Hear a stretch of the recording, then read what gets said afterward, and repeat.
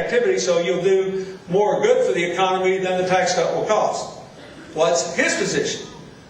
An across-the-board tax cut. What was the code word? This is what President Kennedy did.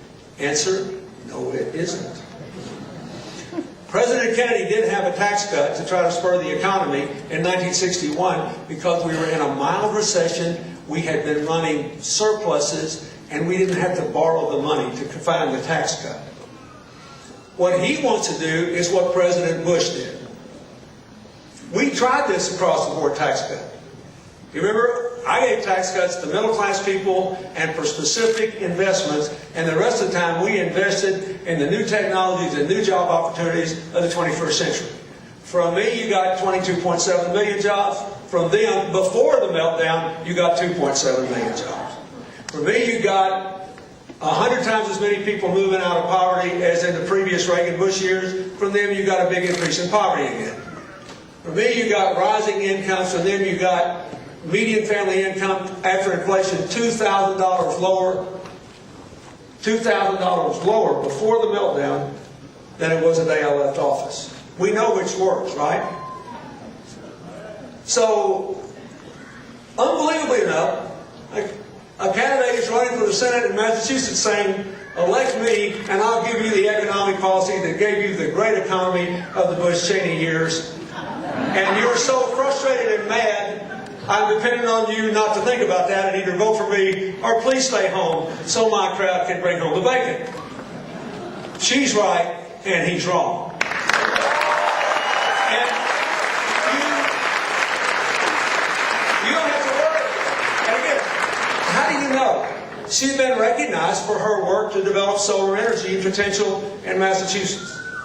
And just so you don't think I'm kidding about this, in the last 8 years, Germany displaced America as the #1 producer of solar panels and displaced Japan as the #1 user of solar energy, even though in Germany the sun shines about as much as it does in London.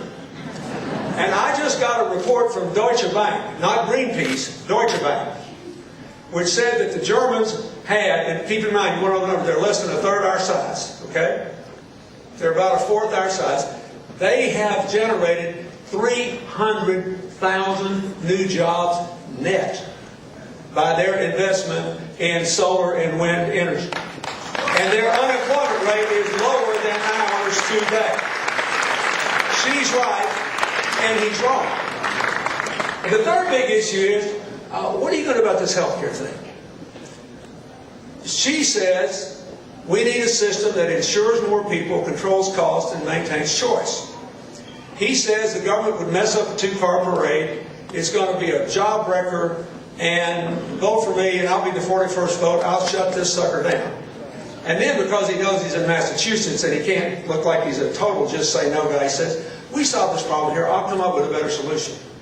You got to be kidding me. Ask these guys if the Republican Party will allow any kind of proposal that will in any way infringe on the stranglehold that the big insurance companies have over the American healthcare system. And they will tell you the answer is no, they won't. So here's what you got to decide here. I know people are frustrated about this healthcare debate, but believe me, this is making sausage that all looks ugly. I have read these bills. Neither one of them is perfect, but there are 12 things that will happen in these bills that are not going to happen if you don't do it. You can insure your kids up to age 26. Everybody's going to be insured. Nobody can be dropped. 5 years will be added to the Medicare Trust Fund. There'll be at least $100 billion, and I think more like $250 billion in savings. Because my experience is when you try to change the delivery system, you get better results than they think. You'll be able to know, for example, more about what the comparative costs and what the results are of medical procedures. Small business people and individuals that get shafted now will be in pools, and they'll have a chance to have real competitive prices instead of just being told take it or leave it. There's a dozen things like this. Is it perfect? No. But here's what's going to happen if you don't do anything. When I got beat in '94, I just kept working because I really did believe in it. And we kept your health care premiums and costs in line with inflation. What happened? We had big increases in income, big increases in employment. what happened when they took the do-nothing approach because government would mess up a two-car parade? After inflation, medical costs doubled in the last 8 years. The number of people without health insurance exploded. The number of people without health insurance at some time during the year is now 30%. It is the number one cause of personal bankruptcy. And we are now going to spend in this year 17% of our income on health care. The next highest is Switzerland at 11.5% of their income. The next highest is Canada at 10.5%. Germany, France, all these countries that insure everybody, which we don't, spend between 9 and 10% of their income. Let me put this in terms you can understand. It's as if America says to the world, we know we have to compete with you for the future. And so our idea of competing with you is to write you a $900 billion check at the beginning of the year. Because we're going to waste that money. Since we're not getting any more health care out of it, we're just going to throw it away. So even if you're cold-blooded, you don't give a rip that not everybody has health insurance. You don't care that 30% of our fellow citizens don't have it at some time of the year. You don't care that it's the number one cause of personal bankruptcy. To heck with your neighbors. You should worry about this. That's why nobody got a pay increase in this decade, because we are being crushed by a system that makes not a lick of sense. She's right and he's wrong about that. Last thing I want to say is this. Now I want to bring her on with this. I want you to think about this.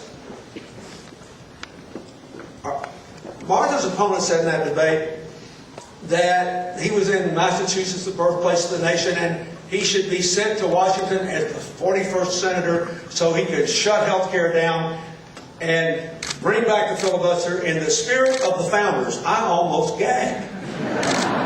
There is nothing in the Federalist Papers, nothing in the Constitution about the filibuster.